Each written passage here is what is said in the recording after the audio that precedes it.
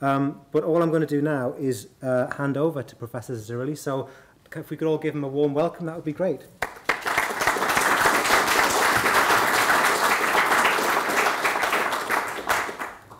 Thank you, Paul. Thanks a lot. Thanks for inviting me, and it's nice to be here with you. I may not have time to address the questions that are of most interest to you, but I'm going to touch on it at any rate. I am going to draw a little bit from When the Body Becomes All Eyes, just as a starting point.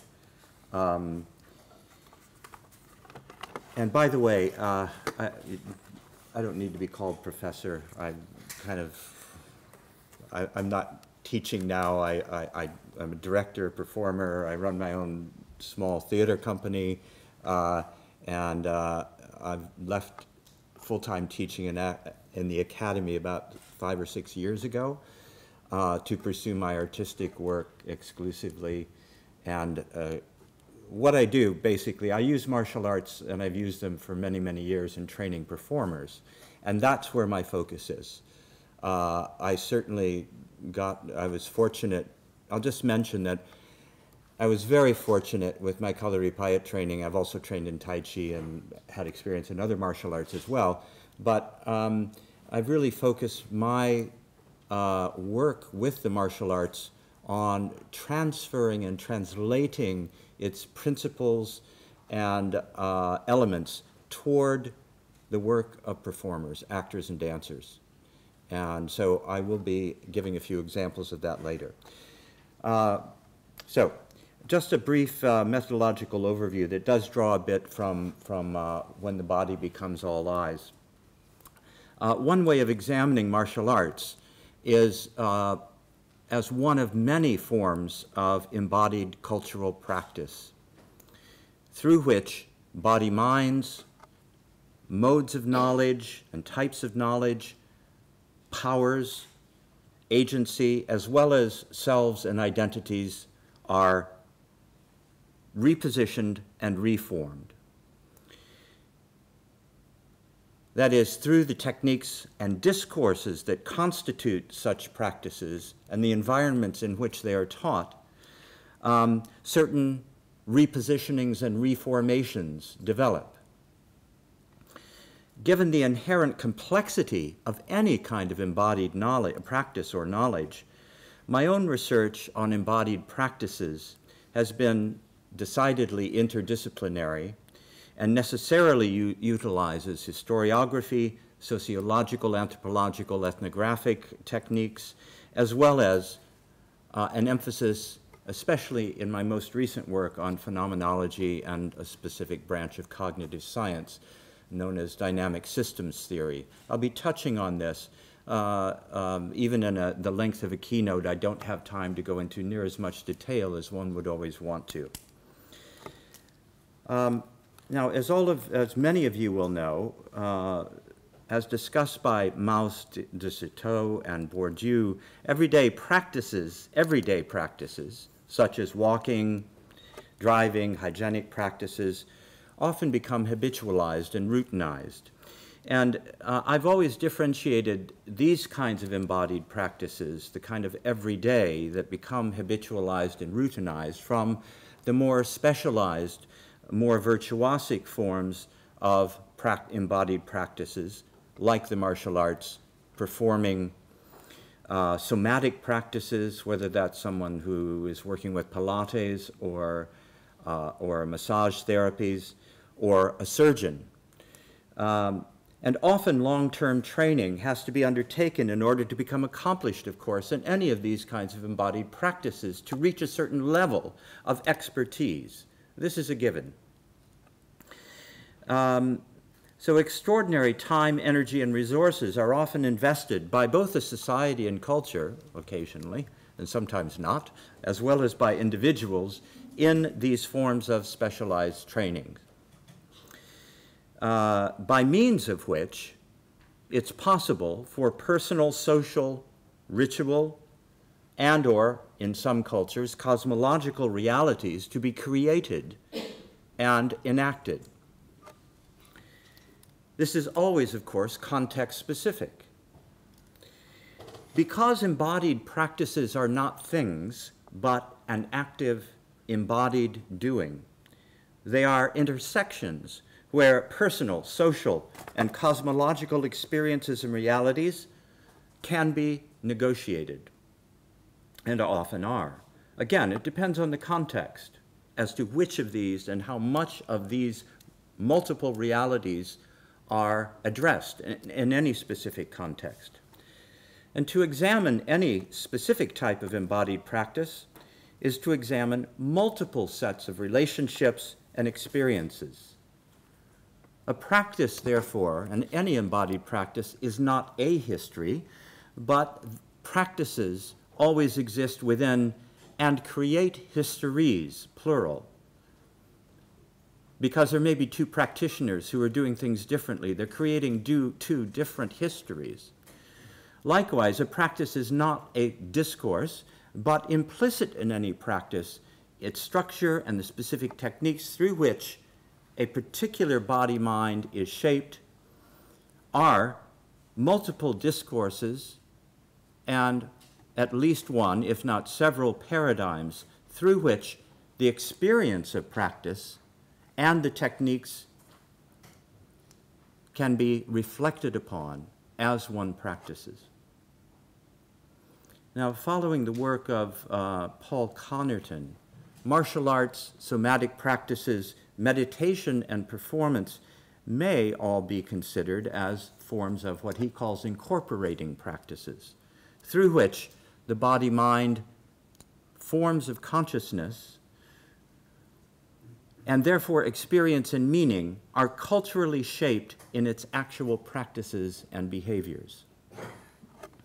And through long-term practice and repetition and guidance, a specific set of psychophysiological techniques as well as discourses and the socio-cultural context within which that practice takes place collectively constitute the possibility for some type of reformation, or some might call it a transformation of a self, of one's agency in relation to those techniques or in relation to other types of agency, to certain forms of culturally specific power as it's understood within that sociocultural context, and or to certain types of behavior. So a variety of reformations are possible. But this always depends on the particular embodied practice and on what a particular teacher emphasizes. Sometimes there's far too much generalization about a certain kind of practice.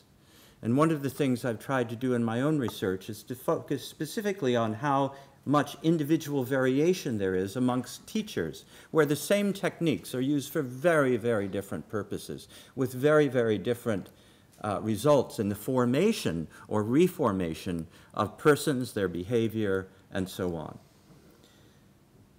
As cultural theorist Richard Johnson asserts, and I quote, "Subjectivities are produced." This is now a commonplace. I think this is true. Subjectivities are produced, not given, and are therefore the objects of inquiry, not the premises or starting points. So this is I take a very processual view of the ongoing temporal constitution of both selves and of practices, and therefore of the types of experience and meanings that are made available in and through those practices. So there are many kinds of bodies, many kinds of minds, many kinds of relationships between bodies and minds, depending on the practice, or modes of consciousness that are fashioned in some way, to borrow Doreen Kondo's term. So all of these are always in a process of being crafted. And I would assume that for all of you who practice specific types of martial arts and or other forms of embodied practice, that that notion of it being processual and constantly, in a certain sense, in reformation. Even after 40 years of practice, I find myself discovering certain things that I don't know or that appear to me in a new and different way, which is part of what keeps us alive, perhaps, in doing these kinds of things, because there's something else to discover. And that's a part of the richness of many of the Asian martial arts, as well as somatic practices, performance traditions. If one never stops learning or is open to what might be learned, because there might be something else to discover in that practice, it's a gift. Now, in When the Body Becomes All Eyes, I identified and examined a complex nexus of 4 interactive arenas within which Kalaripayat, and within which I examined Kalaripayat in that particular book. The first was the literal arena of practice, that is the place where Kalaripayat is taught, or the places, I should say. The social arena, that is the governing bodies and the networks of practitioners that help shape practice, and the annual events around which, in India at least, in Kerala, Kalaripayat practitioners gather together to have competitions and so on. There's also the arena of cultural production that generates live and mediatized presentations and representations of the practice, which is of most interest to Paul. And this area I did discuss, but perhaps because I'm not a specialist in media, I didn't go that far with it. But I acknowledge in When the Body Becomes All Eyes this area, and I'm going to talk about that in just a moment, just a little bit. And then finally is the arena of experience and self-formation. Now it's this final one that happens to interest me most, because I work in the arts, because I work in theater. And this is the arena where creative work takes place. And so while sociologically and ethnographically I've always been interested in these other areas, my focus tends to be on embodied practices as a phenomenon and as a process. So as I move along in this talk, I'm going to focus primarily on this last area that I identified and explored partly in the Kerala and other contexts in When the Body Becomes All Eyes. I'll be focusing primarily on this arena of experience in practice, in embodied practice. Now, all embodied practices assume both some kind of body and usually assume some form of virtuosic, optimal, or idealized state of inner actualization.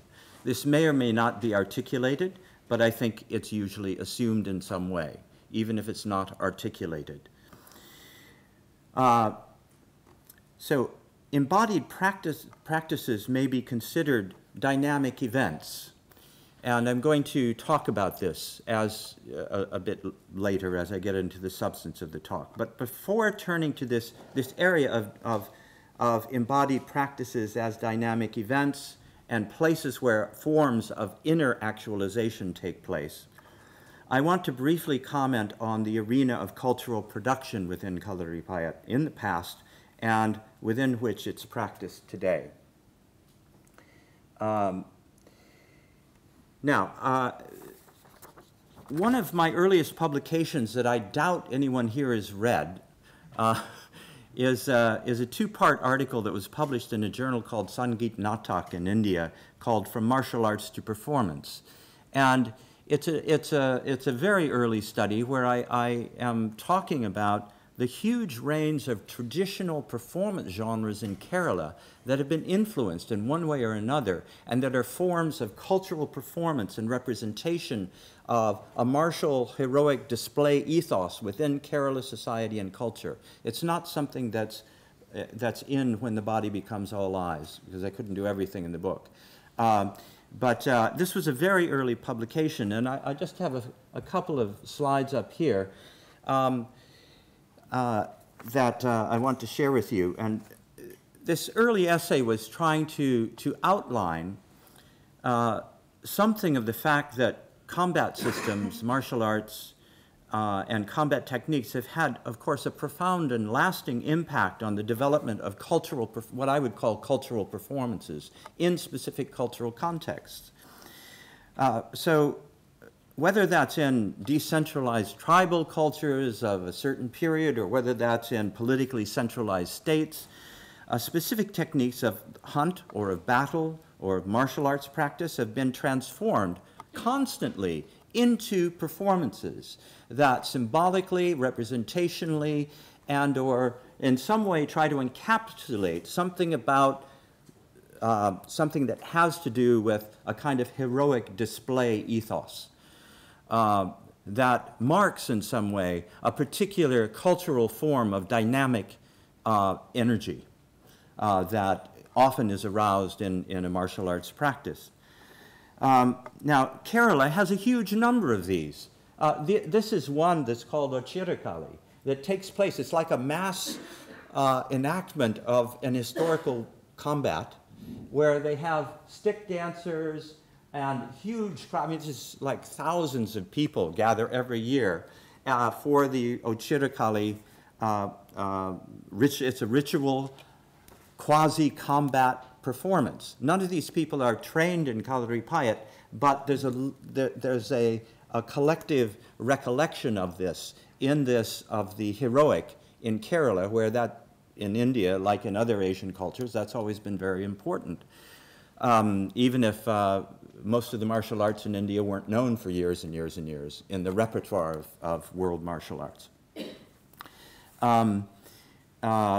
And another, so that's one of many. And on the your left-hand side, this is an image of Chavinanadagam, which is a Christian dance drama form, where they did have some minimal Kalari training. Christians, Muslims, and Hindus all practice Kalaripayat traditionally, more Hindus than others, but amongst the Latin Christian communities, this became a very important performance genre. And they always had, in the middle of it, key battle scenes that kind of are quasi-like, a little bit like some Kalaripayat technique. But the point is, it's not trying to put the martial art on stage. It's encapsulating something about that in this cultural form. And on the right here, we have two others. Kolkali, which is a Muslim stick dance. And again, these are not people trained in the martial arts. And this is Velakali. And these are all, Velakali is a huge festival at a particular temple in one part of Kerala. So just one other slide here, and that is, this is from Kathakali dance drama. And Kathakali dance drama was heavily influenced by Kalaripayat in terms of its preliminary training. So this is a great king who, at a particular moment when he's revealing what's called Raudra, which is a furious internal state.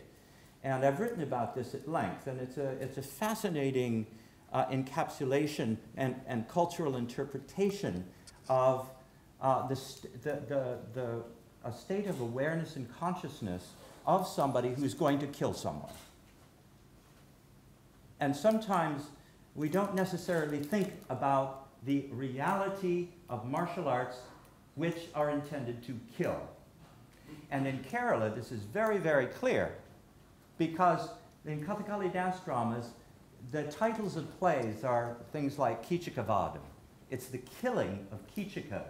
In English, they used to translate this in the late 19th and early 20th century as the death of, which is like very, it's like somebody dies, okay. No, it's the act of killing, which has a lot to do with, resonates with all kinds of markers in Indian culture, and South Indian culture in particular.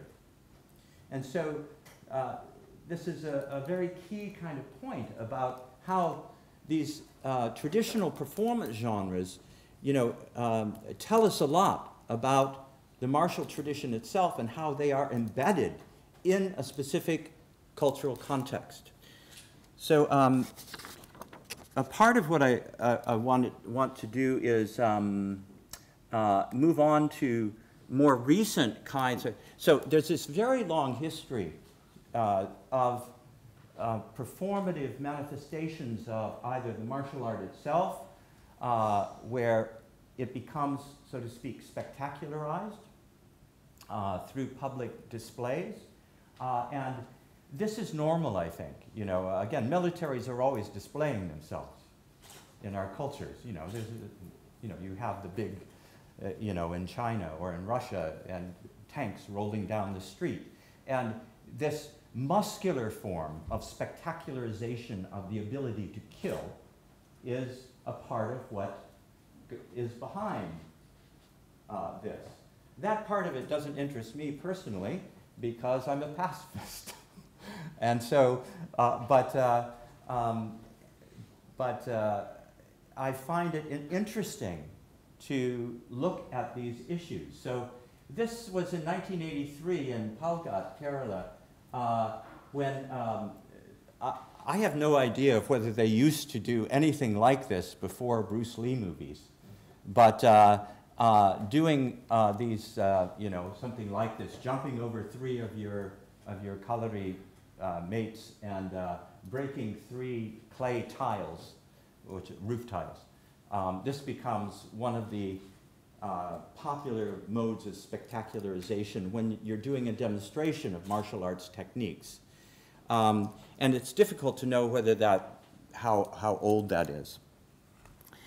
But what I want to do is just visit briefly with about this notion of spectacularization.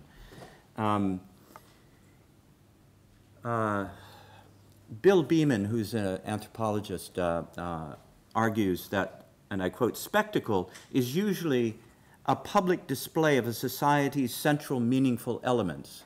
And I think that's what these spectacles do. As John McAloon observes, spectacles must be of a certain size and grandeur and give primacy to visual, sensory, and symbolic codes. They are things to be seen. Hence, we refer to circuses as spectacles, but not orchestral performances. We usually don't think of them as spectacles. Within the Kerala context, especially during Onam festival, what I have defined as this heroic display ethos is on display in Kalaripayat demonstrations such as this. And there's also a spectacularization of Kalaripayat generated by attempts to bring visibility to Kalaripayat within the world of martial arts today. And a lot of claims about it being the oldest and mother of all martial art, which I think is historically completely inaccurate. But again, these kinds of claims are normal within practices that are overlooked, but it's historically a bit silly, really. But find anything on YouTube. Now, I'm going to talk about YouTube for a minute. And it was interesting that Paul mentioned that one of his students had said, your student was reading When the Body Becomes All Eyes and had looked online on YouTube at clips of Kalaripayat, and it didn't seem anything like what I was describing. Is that right? Yeah. Well, yeah. Let's go over it. Which is absolutely the case. And so I'm just going to talk about that for a moment before going on. Now, this is a video of. Why don't we just? Don't know why. Maybe if we just do this for a minute and then do that again. Yeah, and then play. And then just play. Yeah. Okay.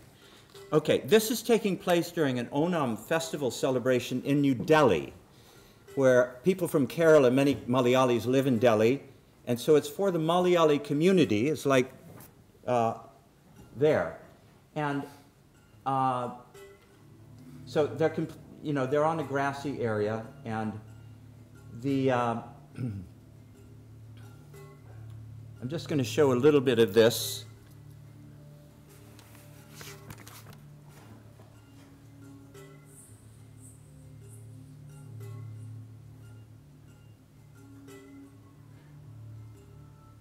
Now, this is a particular pattern or technique that is done slowly, it is a worshiping of the deities of the Kalari with the body.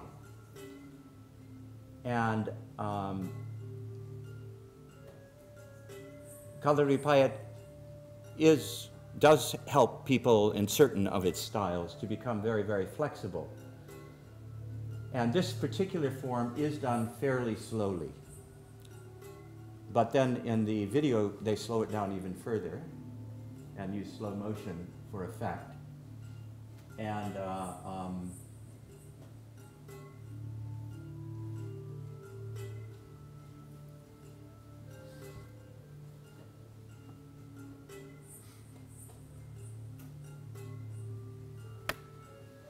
now, it's not so much that I am, yeah, it's the work with weapons that I'm going to call your attention to. Now, if you watch the eyes of the practitioners, they're doing a choreography. We can turn it off. We can stop it. They're doing this almost as a choreography, so that the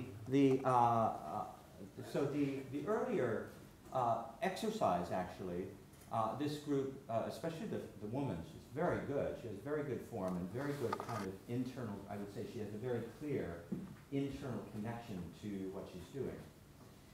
But as soon as you get into the weapons work, it tends to become, in this case, a kind of choreography that's quite surface, where the potential for lethal force is just not present. Now, I'm interested in lethal force, even though I'm a pacifist, in relation to the exchange of energy when I'm practicing, as long as nobody gets hurt. And so that's always part of it. Because actually, and so most of the things you see on YouTube have been, in a certain sense, choreographed for a mass audience and spectacularized, and you don't see the kind of inner work that's going on in weapons practice as well. And so I just wanted to mark that because I think it's an interesting phenomenon. And because, I would say,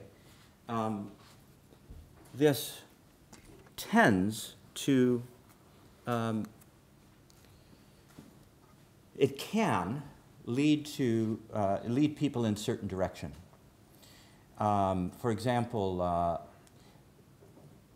individuals become extraordinarily flexible with Kalaripayat. There's a straight leg kick where, you know, once upon a time, when I was at a certain age and didn't have bad arthritis, you kick your leg up and it comes all the way up to the shoulder. And it's done very, very quickly, and it's very light when it's done properly. And it's really quite striking. But again, what's the inner relationship to the energetic lines that are a part of the inner actualization of one's relationship to the physical body? So this is saying, sometimes in Kerala, the body, in Kalaripayat practice, the body should become like a rubber band, you know, that flexible. And you see that among young practitioners.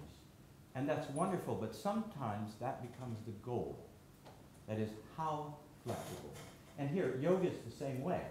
Because in certain kinds of yoga practice, it becomes like gymnastics. And it becomes a choreography rather than something that is mediating between the inner and the outer. Now, when I use inner and outer, I'm not trying to be a dualist. But these things mark our experience, and I think we need to talk about them.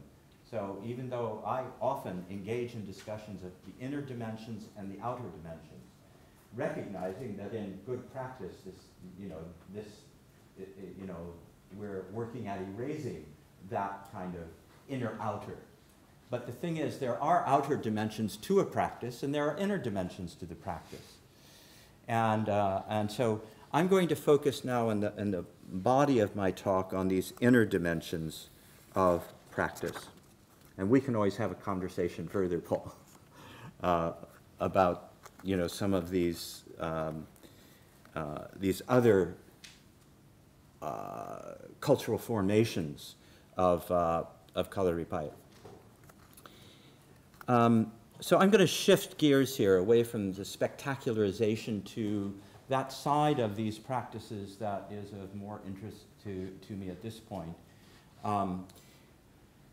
which has to do with sensory attunement, using practices, embodied practices, to gain, to come into a place of very, very subtle sensory attunement and awareness. Maurice Merleau-Ponty wrote the following: "Sensing is this living communication with the world that makes it present to us as a familiar place of our life. The perceived object and the perceiving subject owe their thickness to this sensing." And Tim Ingold wrote recently, "To be sentient is to be open to the world." And I think this quotation is one I'll tease out a bit. "To yield to its embrace and to resonate in one's inner being to its illuminations and reverberations." The Latin sentire means to feel. To be sentient is to be open to feeling, to be sensing and thereby experiencing a world. Now, I don't necessarily mean emotion when I'm talking about feeling. When we move into certain forms of theater, we start touching on things like emotion. Specific sensory and experiential worlds are potentially opened by long-term, in-depth practice of meditation, martial arts, somatic practices such as massage, and acting and performance. And within many approaches to embodied practice, there exists the potential to gradually elaborate or unfold a certain complexity or thickness of sensing, a thickness of sensing that constitutes the living world or the potential living world of that practice. There is available, if one attends to it and opens one's awareness to it, the experience, an emergent experience. I'm not going to try and define that, by the way, and I may talk about that if I have time, I may not. But so the question I ask is, how does one learn to be sentient? And I ask that as a teacher of both martial arts and of acting. How does one learn to be sentient? To learn to be attentive, to bring into, what is it we're bringing into the foreground at any particular point? What's remaining in the background?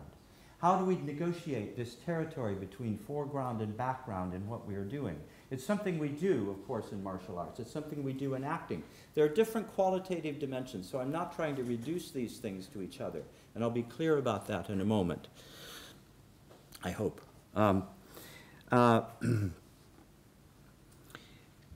What are the illuminations and reverberations afforded by particular processes of embodied practice within a specific context?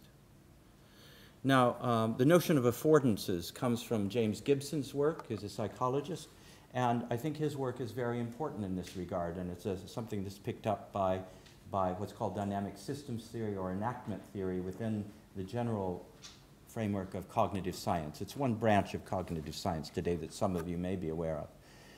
And this branch I find particularly useful in thinking through certain issues, because the notion of affordances is about what is afforded by in a particular context. Now, that is what's possible to do within that context. What's possible to learn in that context. So this becomes a framing device for me in relation to teaching. I'm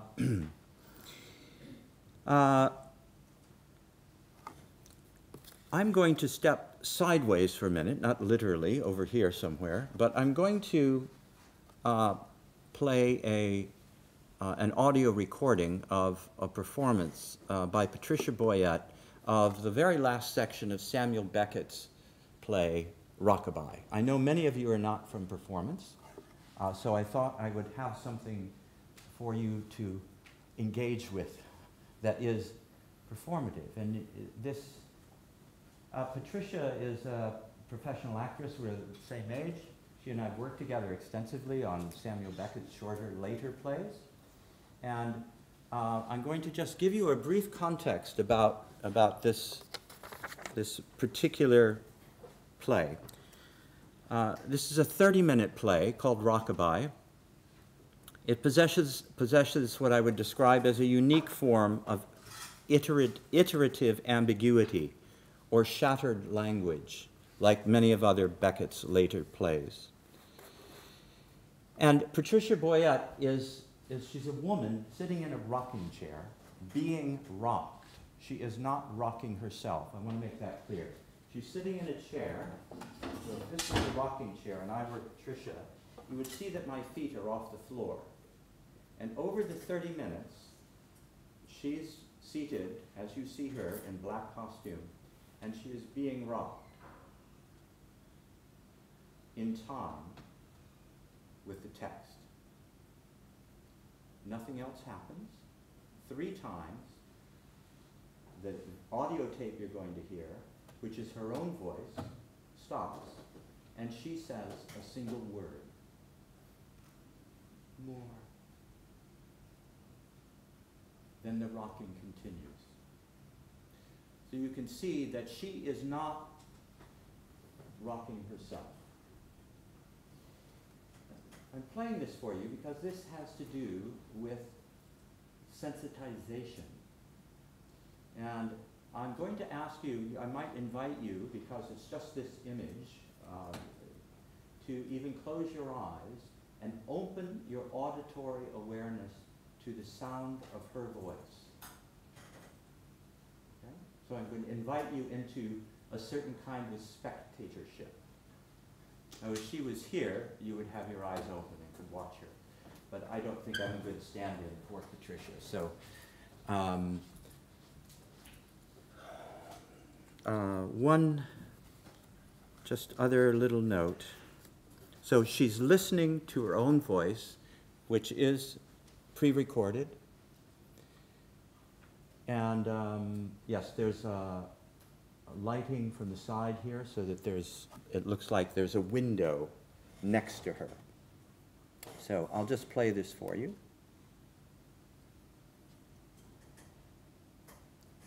Come on. Media not found. Oh. Uh-oh. We tried it before and it worked. Before. Oh. So you had it here. We cannot find it. Oh.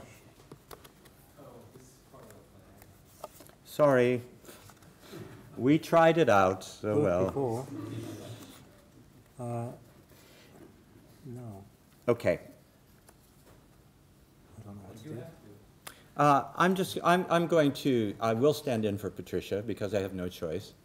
The text goes something like this. So in the end, close of a long day, she said to herself, whom else? And it goes on. I think I'm going to do a different Beckett text that I perform because that just doesn't quite do it. There's another text called Ohio Impromptu that begins as follows. And I'm just seated at a table with someone who looks exactly like me. It's like a still life image. And you can't see my face because my hand is over my face. And this piece lasts about 20 minutes. And it begins, I'm reading a book to this other fellow who's sitting here, who looks like my twin, okay? Who is this? It's never explained. So, this is the way the text goes. Little is left to tell. In a last attempt to obtain relief, he moved from where they had been so long together to a single room on the far bank. Relief he had hoped would flow from unfamiliarity. unfamiliar room, and so on. Now, you will notice that I'm using a reduced vocal inflection, and I'm not using my everyday voice. Beckett's later texts, he asked that these be performed without color. These are very difficult things to be able to do performatively and to do effectively. Now, the reason I was going to play you a bit of rockabye is because it's about her death. Ohio Impromptu is also about death. Many of Beckett's plays revolve around issues of death. And I think that I think it's useful at a martial arts conference to bring up the issue of death, because it's central to theater as well. The thing is that in theater we're often working with performing things that get people to reflect upon issues about our mortality and our place in the world.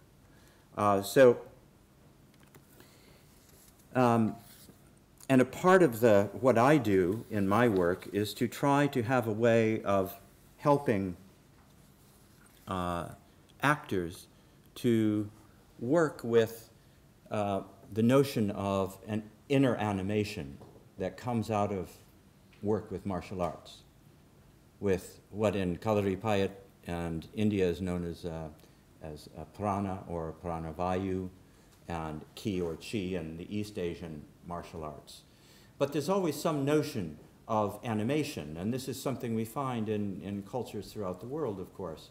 And it's the notion of life force, of what is it that is the essence that all of a sudden it's gone, and we are no more. And this is one of the great things about working in theater.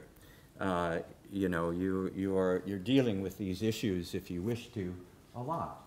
And I find it very refreshing to do so. This is a quotation from a note written by a future cadaver donor to a medical student that Rachel Prentice quotes in a very interesting book called Bodies in Formation. It's an ethnography of anatomy and surgical education that was recently published. I think it's an interesting study because, again, I'm reflecting with you on formation, and she's reflecting on how surgeons are formed. And again, I just had surgery a couple of months ago.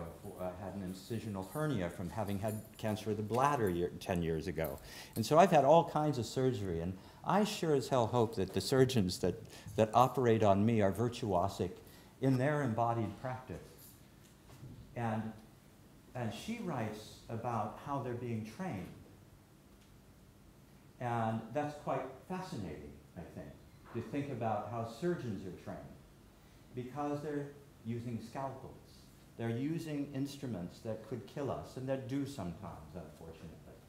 And so this is the great Rembrandt's The Anatomy lesson, of course. This is all staged, by the way, speaking of representations. This is a complete staging. This isn't actually what would have happened. It's Rembrandt's rendering of an idea of an anatomy lesson in 1632.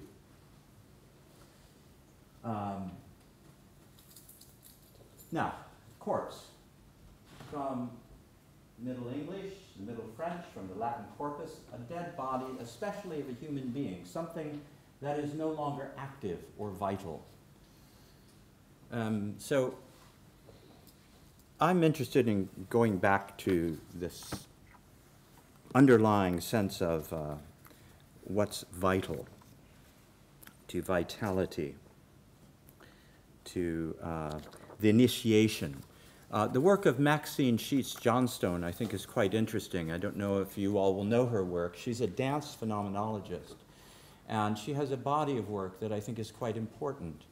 And in her work, she emphasizes one of the things that often is left out of a lot of work, which is the centrality of movement, of kinesthetic movement and proprioceptive awareness in our initiation as human beings.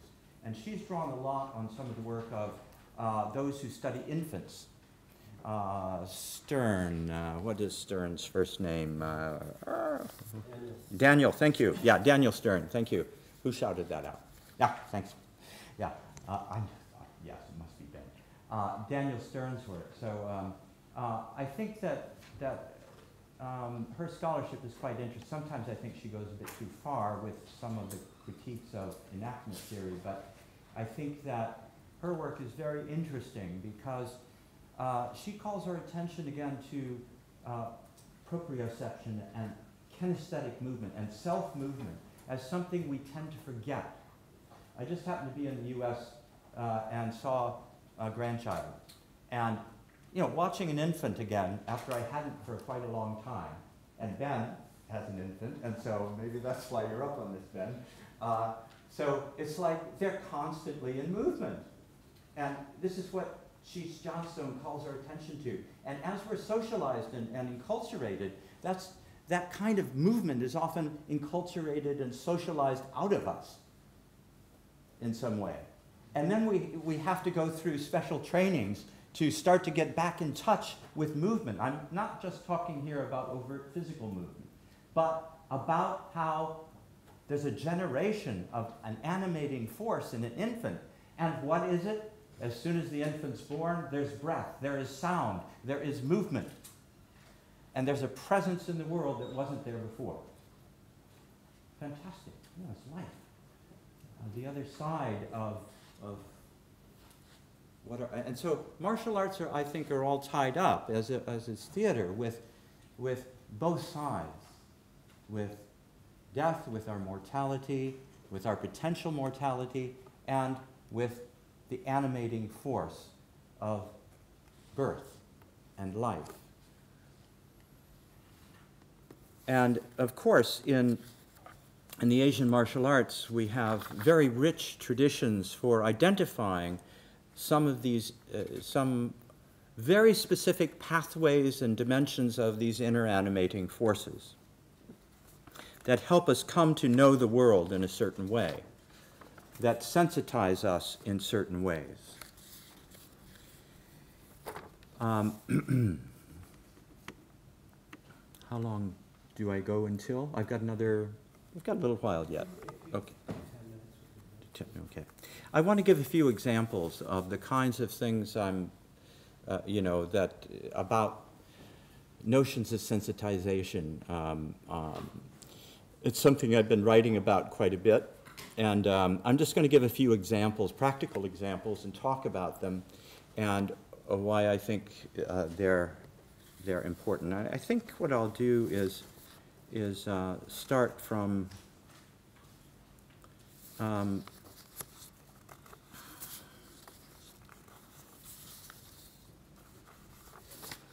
I'm going to start with touch.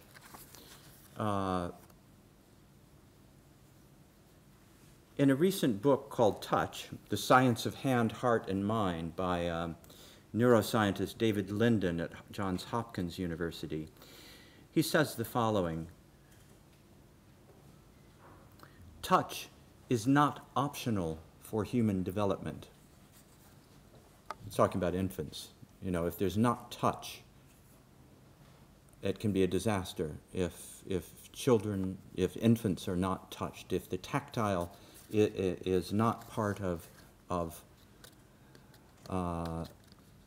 the care and attention that infants receive.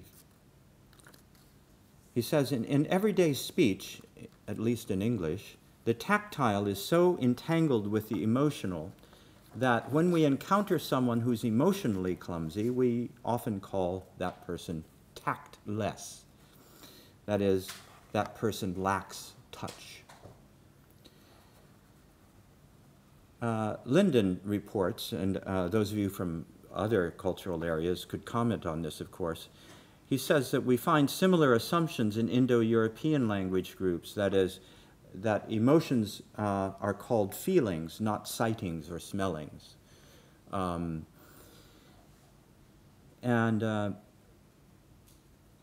want to, he goes into the science of touch and its intricacies in terms of the neurophysiology of touch.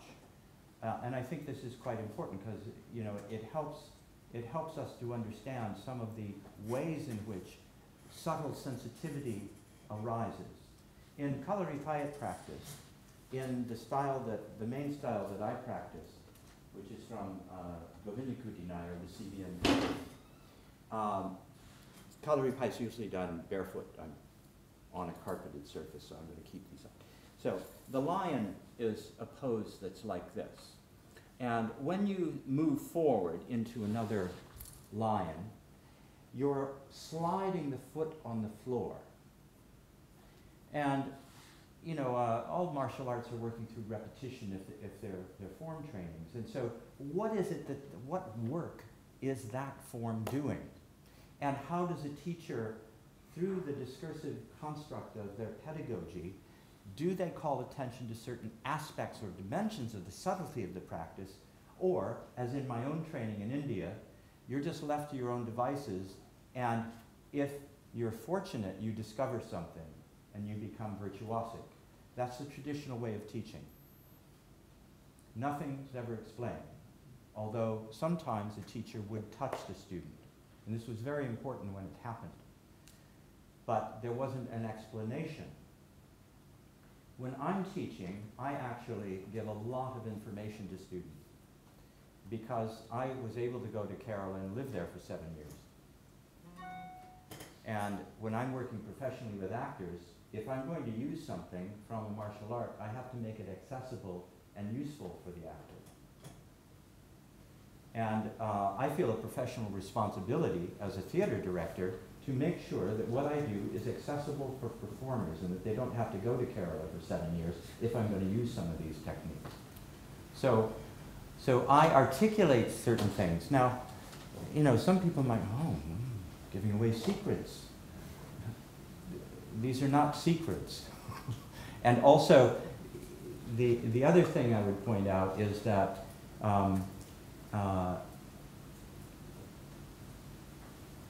this does not, if I articulate something, the individual has to have a certain kind of experience and actualization that triggers. I'm not saying it is this, but when I'm teaching, I will give instructions like this after people have at least done a couple of days of practice. Sense the sole of your right foot. Focus is directly ahead. You're looking from Dantian, or from Nabi Mula in Malayalam, through the sole of the foot. As I slide the right foot forward, I sense the sole of the left foot. So you're driving the energy down through the sole of the foot, through both feet. Now, if you observe a really good practitioner, Kalaripayat, that's what you will see. So somebody could say, oh, I'm giving away secrets. No. The student still has to do the work and still has to discover what that is in her body or in his body.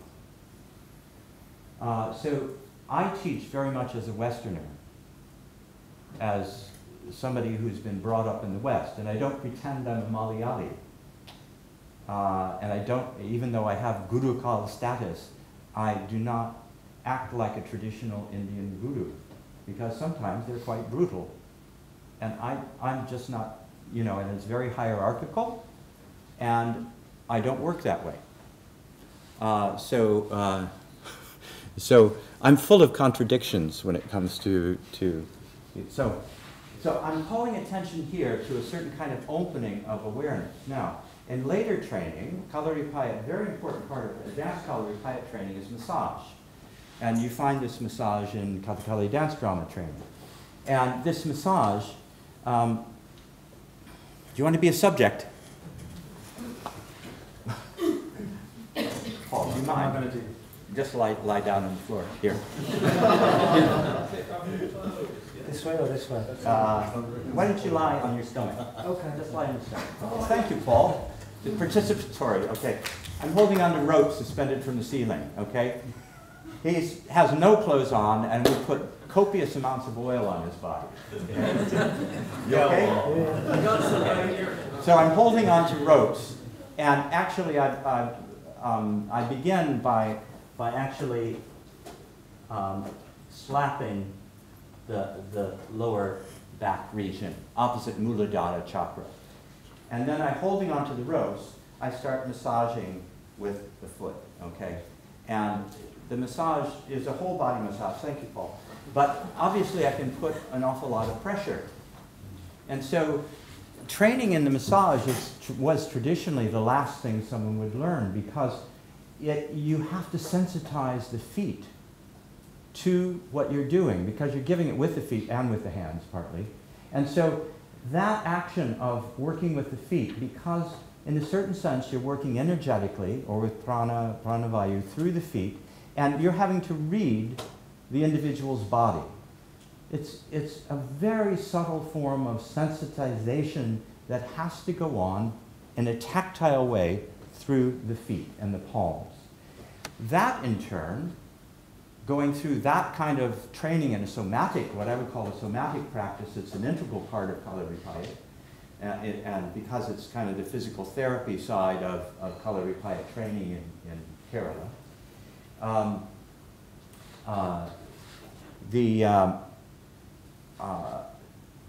that is absolutely crucial to weapons work, because you're sensitizing the palms. In Kalaripayat practice, weapons are held very loosely in the hand. They're not gripped hard, because that blocks the prana. And so a sword is swung very loosely, like so, okay? And so the hand is moving and the sword is moving in the hand, and it's the energetic connection that extends. And again, that's a commonplace in martial arts, that the extension of energy through the end of the weapon. But how does one learn that? How does one sensitize the palm to a place where that becomes palpable and where it's visible to the observer? So this is just some of the territory that I continue to explore, mainly now working with actors, but continuing to train people with Kalaripayat, Tai Chi, and yoga. So I'm working on a book on kind of phenomenology of acting, but I'm writing a lot about, again, issues that are completely relevant to martial arts as well, which has to do with with how we direct our attention, but how we also simultaneously have an open awareness when we're directing our attention. So I hope this opens up a number of questions for the conference. I don't pretend to have all the answers, but I try to, muck about in this territory with embodied practice. So thank you very much, and we'll have questions, I think.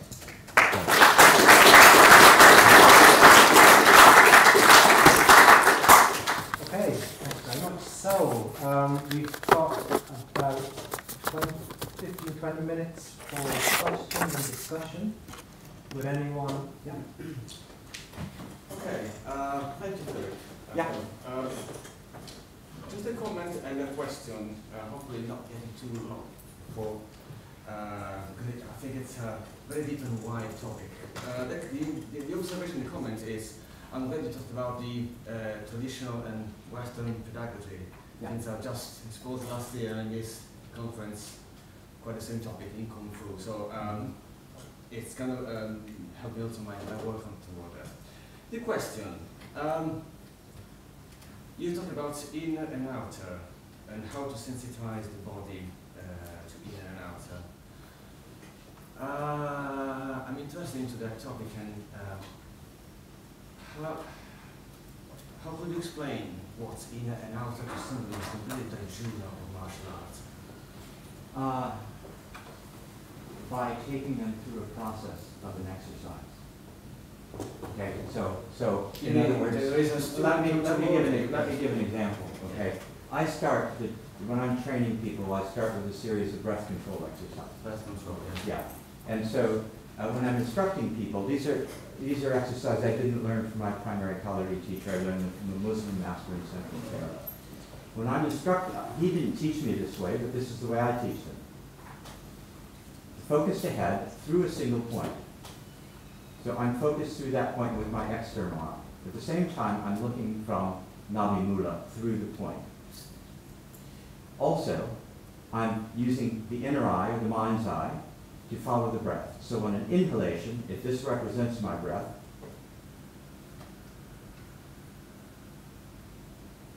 and exhalation.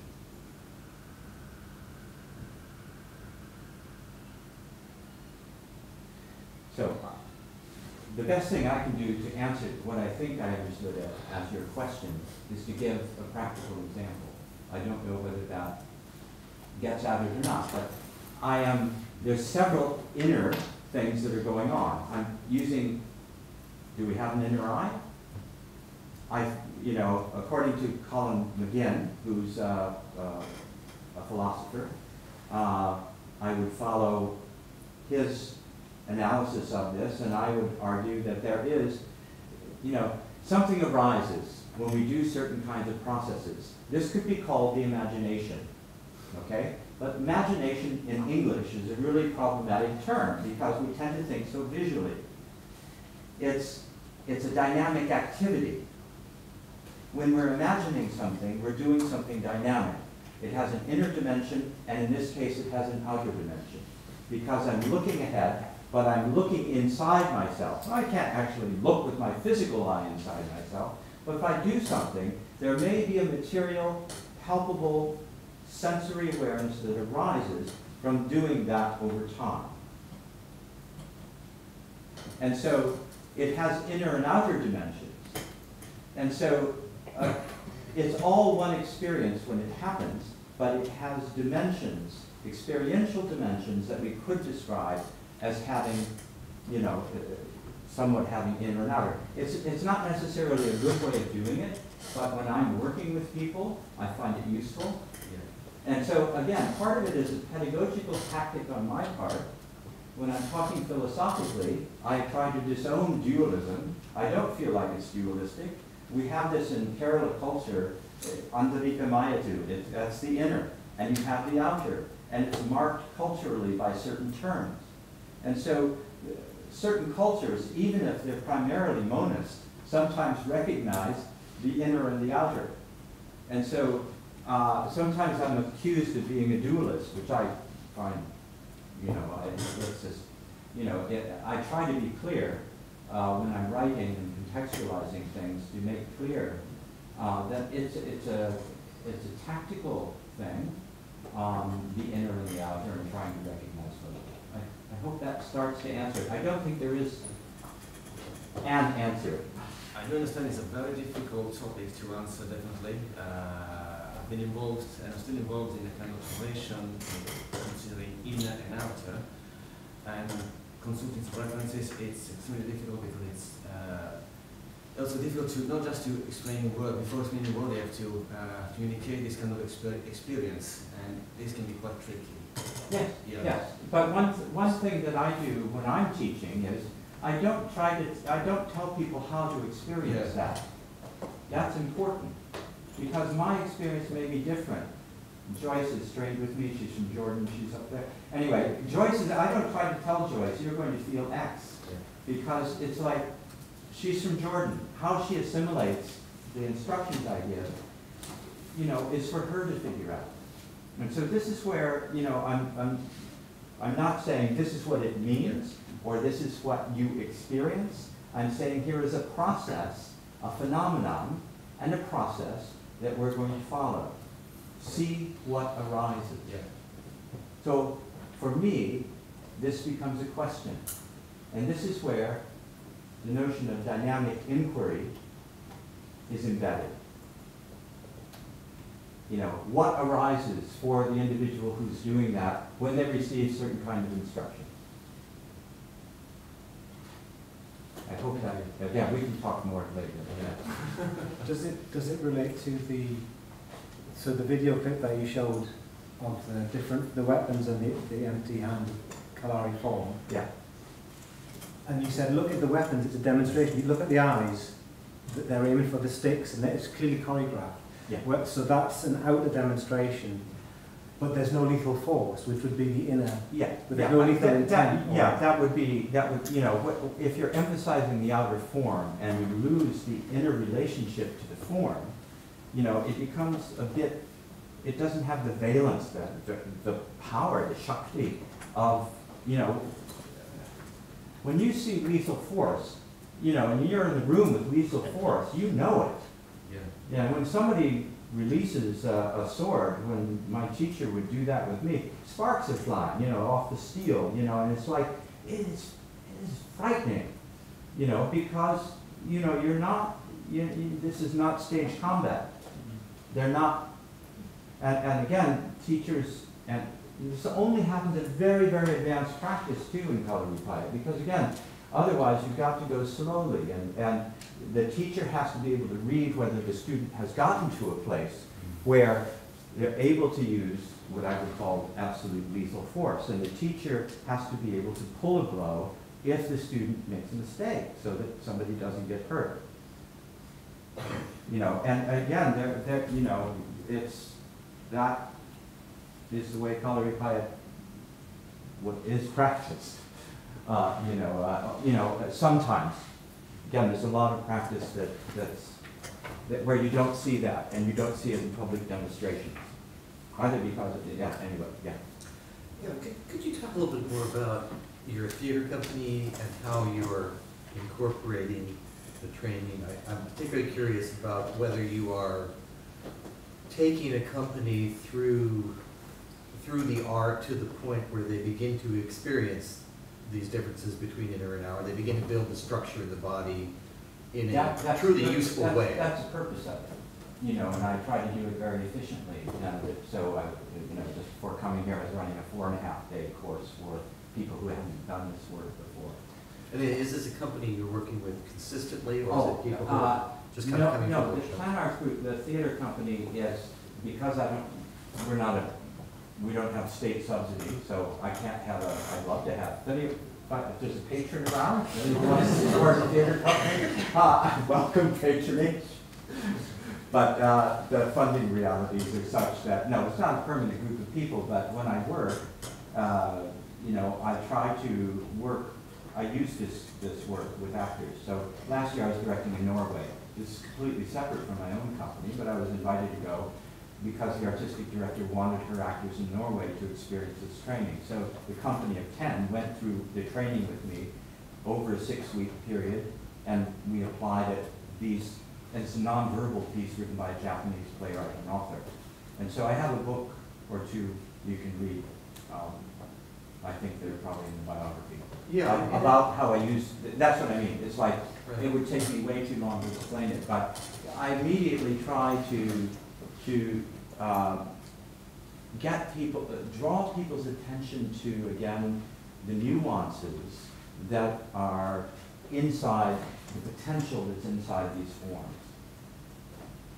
And so, again, it's a tactic on my part to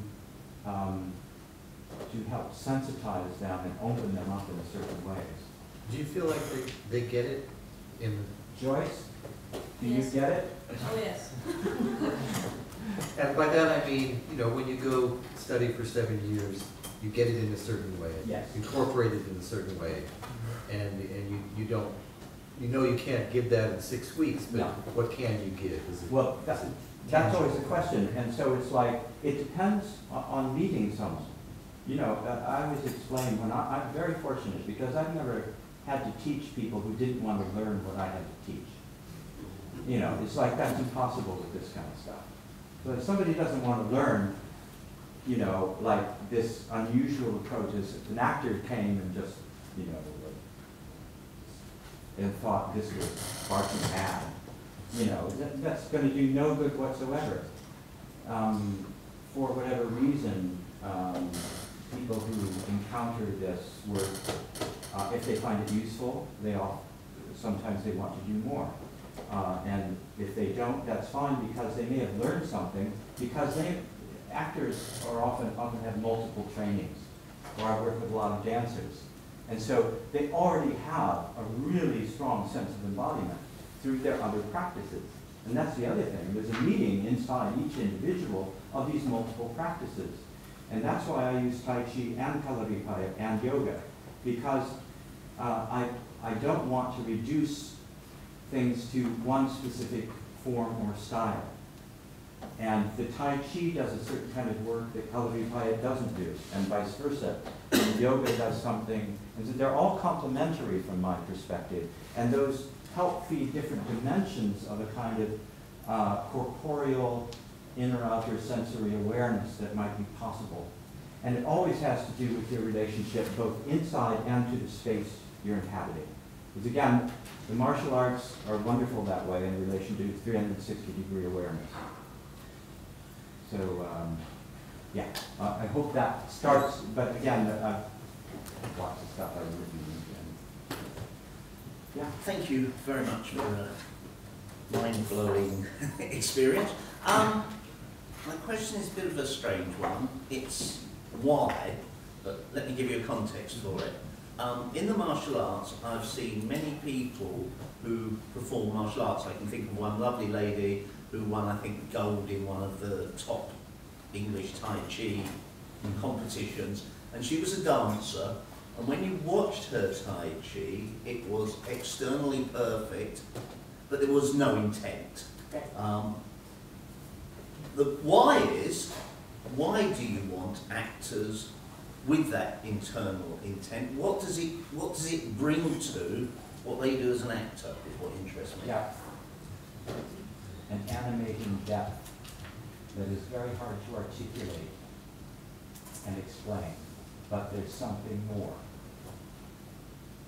And again, when you're doing martial arts, if you do something full on, there's something more. What is it? And again, you know, however we try to explain it, sometimes we can point to it and you can see it and it's palpable, but you can't necessarily, in our discursive languages and critical vocabularies. This is why I try to use phenomenology to help. And I think it does help because it points to certain dimensions of experience and allows us to unpack those experiences in certain ways without it becoming overly subjective or about me or my ego, but about attempting to again, get at some kind of possibility of, as much as we can, capturing something about those extraordinary experiences. Are there any particular kinds of actors that work with what you work with? Well, so obviously, in my mind, I'm trying to see where they benefit from it. Because obviously, a lot of people who perform well, but without that inner aspect. Absolutely, yeah. And again, it's you know, I don't know that I can really answer that. You know, yeah, I don't think I can really answer because it's a very diverse group of people. Some are more dancers, some are more actors, and they can take, and again, how and what they make of it. Each individual, I leave that to those individuals to articulate. And but I'm very fortunate because I share this work all over the world, and I have people teaching like many different places this kind of work, and so and I've had just remarkable people who've worked with me, you know, for a very long time, you know, 12, 14, 15 years, training and you know, so it's the way things usually work with these practices. Yeah. Your approach is very syncretic. I mean, it combines. Pardon, could you speak up just a little? Your approach is very syncretic. It combining as it does drama, philosophy, martial arts, and other areas. What do you think the advantages of this are, and perhaps the disadvantages, if any? Well, again, I tried to in this talk to be rather broad and to paint some larger kinds of issues and pictures, and so. In my book, When the Body Becomes All Eyes, because so little had been written about the martial arts. I mean, I wrote the book, I think I finished it in 1996 or so, something like that, because it was published in 98. And so that's a long time ago. And so in terms of things that have been written about martial arts ethnographically, and it is an ethnography, you know, there was very little, if anything. I didn't know what to do. I had to invent what to do. And coming out of theater studies and performance studies, there isn't a methodology in either one. It's an area of practice. And so how do you try and engage in research that's appropriate, and what do you do? And so this is why I try to paint a larger picture, and that's what I wanted to do today. To go, here's a large picture. But within that, when you start looking at very specific dimensions, like if you start looking at the direction of attention, the work of imagination, you start looking at very specific, embodied dimensions of practice. When I'm giving massage, for example, again, I'm not looking at what I'm doing. It's totally tactile and totally related to my energy. Now, at a certain point, you can begin to describe that, and that's unfolding a certain kind of embodied practice and a certain kind of knowledge that's in that practice and that arises in and through that practice and through certain kinds of training. And so the specific is just as important as and again, so sometimes I'm writing things that are much more specific. An article that's focused on attention and awareness with 1 or 2 exercises. Because again, to do that in detail is incredibly, it's like, how do you get at, the complexities of what that is and what that is like. And I think that's what, again, it's great that martial arts studies is having this kind of development in relation to methodologically and so on. It's such a fantastically rich area. But part of my purpose today was to call attention to these parallel, along with them, because many martial arts have medical practices that go with them. And you have to understand that was another thing for me. I had to understand Ayurveda and yoga to begin to understand Kathakali, because those are the cultural paradigms that shape how Malayalis and people in India understand experience. I knew nothing about those. I mean, it took years of research to kind of, to start to be able to understand it. So the complexities of all embodied practices, and trying to get a perspective that will open up a certain dimension of that. So I don't expect to be able to do that for everything, like with media. It's like, I'm going to look back to Paul and others, really. But I can point to its importance and go, this is really important. And what's the relationship between the mediatization and the representational practices that help to frame these practices today and actual practice? There's also, in one of the Jackie Chan movies, which I'm sure Paul knows, that Myth,